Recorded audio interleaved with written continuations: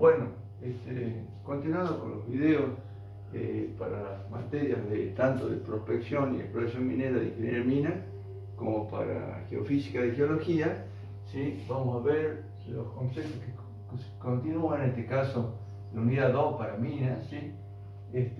Y también para geología, la parte esta son conceptos básicos de electricidad, conceptos básicos de electricidad, ¿sí? Y leyes de Kirchhoff, etc. Bueno, lo primero que vamos a ver, ¿sí? Es de dónde sale el concepto de electricidad, ¿sí? La electricidad es un fenómeno que se observó desde la Edad Media, ¿sí? En el territorio de Asia Menor, ¿sí? Se había descubierto la propiedad que tenían ciertas resinas fósiles llamadas ámbar, ¿sí? El ámbar es una sustancia así, tipo gelatinosa, ¿sí? Que tiene la particularidad de que al ser frotada, ¿sí? Digamos, al ser frotada adquiere cargas eléctricas, ¿sí? Frotada adquiere cargas. Entonces se había visto de que muchos cuerpos quedaban cargados, sobre todo barras en forma de ámbar, ¿sí? Y se ha experimentado con diferentes sustancias, ¿sí?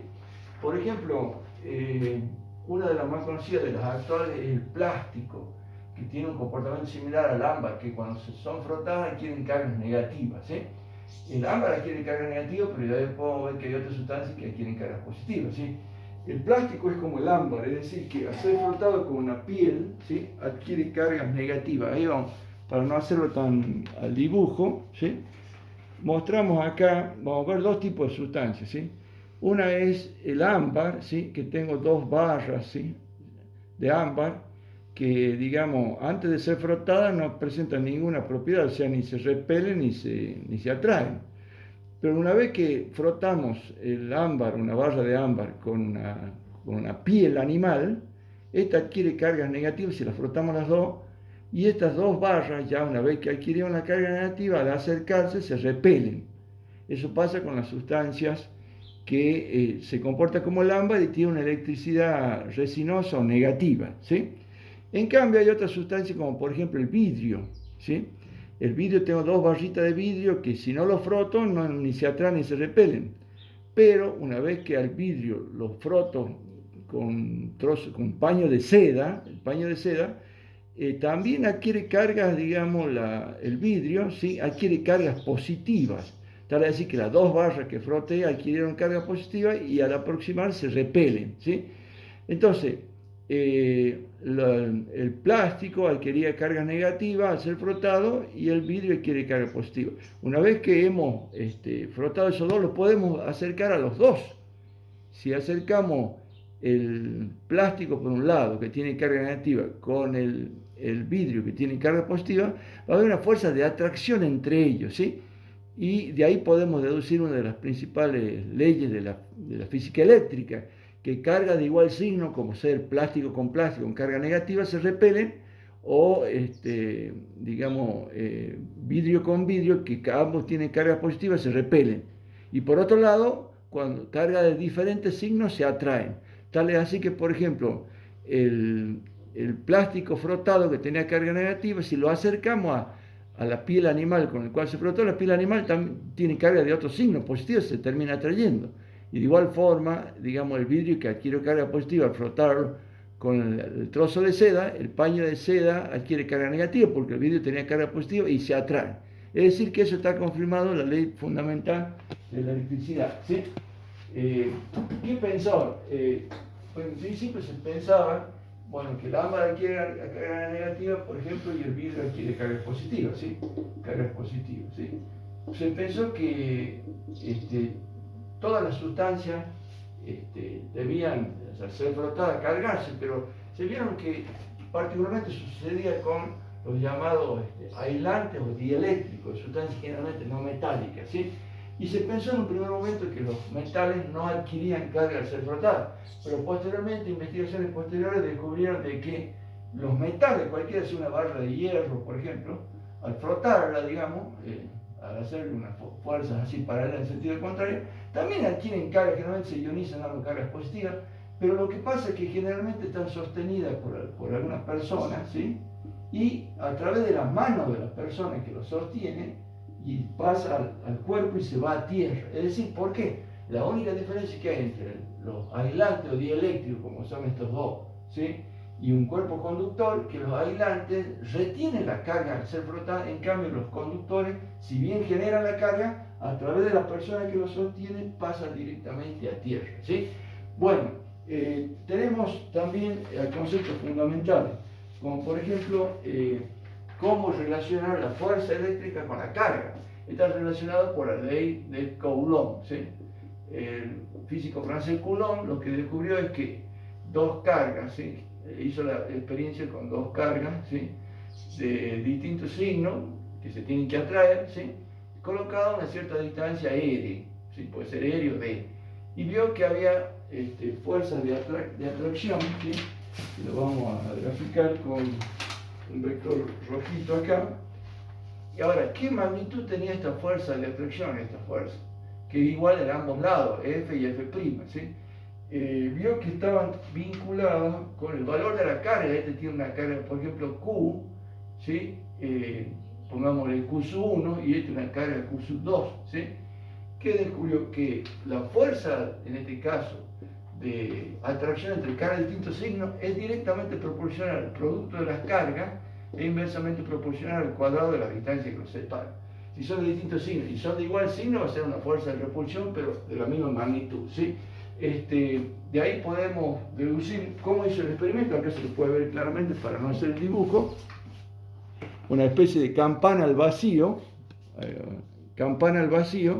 en donde tenía suspendido ahí una pequeña esferita que tenía cargada, ¿sí? Con carga negativa. Y después suspendió una barrita que tenía dos cargas, ¿sí? Para equilibrarla, cargas positivas. Entonces, ¿qué va a pasar? La esferita que estaba más cerca de la esfera de carga negativa, como es positiva, va a ser atraída y la va a hacer girar a la barrita.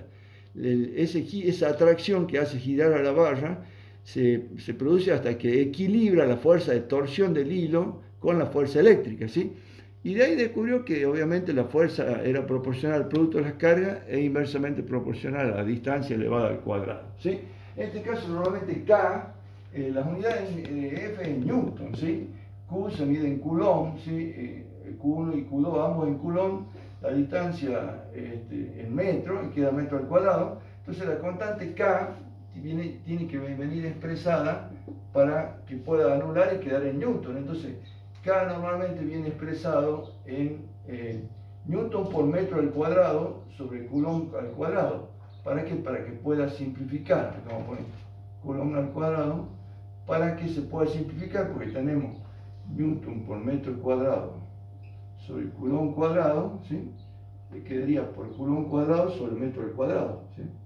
Sobre metro al cuadrado, entonces se iría el metro al cuadrado con el metro al cuadrado, el Coulomb cuadrado con el Coulomb cuadrado, y quedaría expresado en Newton. La constante K normalmente es del orden de 9 por 10 a la 9, con esa unidad, Newton por metro cuadrado sobre Coulomb cuadrado.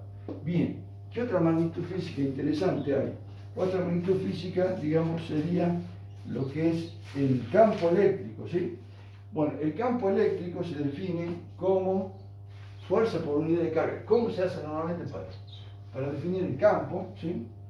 Tenemos nosotros un punto del espacio que se llama P, le ponemos P, en el cual colocamos una carga más positiva que crea el campo, ¿sí? ¿Qué va a pasar? Esta carga modifica el espacio que rodea, ¿sí?, al punto, de tal manera que en ese espacio comprendido, al acercar otra carga, que normalmente le llamamos carga Q sub 0, que es una carga de prueba positiva y de unitaria, es decir, de un Coulomb positivo, más un Coulomb. ¿Qué va a pasar? Va a experimentar una fuerza eléctrica, ¿sí? Que en este caso, al ser dos cargas del mismo signo, hay una fuerza de repulsión, ¿sí? ¿Cómo se define el campo? El campo eléctrico se define como el cociente entre la fuerza y la carga, ¿sí? Fuerza por unidad de carga de prueba sobre Q sub 0, ¿sí? Y acá vamos a tener que normalmente la fuerza que se expresa en Newton y la carga se expresa en Coulomb. Por lo tanto, la unidad del campo eléctrico. El campo eléctrico le vamos a poner E. El campo eléctrico se usa normalmente la letra E. El campo eléctrico, normalmente una magnitud vectorial, como mismo que la fuerza, va a ser la unidad del campo eléctrico, va a ser Newton sobre Coulomb, ¿sí? El campo eléctrico permite hacer especie de representaciones gráficas en la cual se ve cómo el espectro de línea de fuerza o de línea de campo, ¿sí? Normalmente las zonas que rodean a la carga se llaman curvas equipotenciales, que la vamos a ver más adelante, y la dirección de la fuerza, ¿sí? Son perpendiculares a las curvas equipotenciales, ¿sí? Vamos a ver un ejemplito acá que se note bien cómo sería la carga de prueba, colocar carga de prueba. Tenemos acá, digamos, el punto que colocamos, digamos, un punto del espacio donde ponemos una carga Q, ¿sí? Y nosotros colocamos, si colocamos a la misma distancia, es decir, en forma radial, ¿sí? Radial hacia afuera, a la misma distancia, configurando una especie de círculo, en realidad sería esfera en el espacio tridimensional, ¿sí? ¿Qué va a pasar? Que la magnitud de la fuerza, tanto la fuerza como el campo son proporcionales, son radiales y tangentes, ¿sí? La fuerza normalmente tiene un valor y el campo es igual, solo que tiene un valor más pequeño porque es dividido en la carga. El campo es igual, ¿sí? Pero las líneas de fuerza pueden estar hechas tanto por la fuerza o por el campo. ¿Y qué vamos a ver? Que son radiales, es decir, porque siempre la carga de prueba que se coloca acá es positiva, y como la carga que crea el campo en este caso también es positiva, va a haber una fuerza de repulsión y las líneas de fuerza van a ser radiales partiendo del centro y todas del mismo tamaño, siempre y cuando se encuentren a la misma distancia, porque como dijimos, es inversamente proporcional a la distancia, ¿sí? ¿Qué pasa si tenemos, por ejemplo, una distancia más grande? Si colocamos en cualquier punto de una esfera concéntrica con la anterior, pero un radio mayor, vamos a tener que las fuerzas van a tener la misma dirección y sentido, pero con un tamaño menor, una magnitud menor. ¿Por qué? Porque está más alejado. Entonces, esto se llama espectro de línea de fuerza, que se pueden hacer, digamos, mucho más sencillo si nosotros unimos desde el origen, todo desde el centro de la carga, una línea que vaya uniendo todos los orígenes, todos los orígenes. Entonces, ¿qué me va a dar? Me va a dar una carga, un punto donde está el campo, que es P, y todas las líneas de fuerza, que son las que unen todos los orígenes, los vectores fuerza, F1, F2, etc., ¿sí? Van a ser líneas radiales que van hacia afuera. Esas son las líneas de fuerza o líneas de campo, ¿sí? Que salen así hacia afuera. Eso en el caso en que fuera una carga positiva, son líneas que van así. En un punto cualquiera, digamos, tendríamos esa la dirección hacia afuera del campo. Es el espectro de línea de fuerza. Si en vez de ser una carga positiva fuera una carga negativa, tendríamos que siempre la carga de prueba, si en este caso hacemos un círculo, ¿sí?, que rodea, la carga de prueba siempre que colocamos es positiva, pero acá la carga que crea el campo es negativa.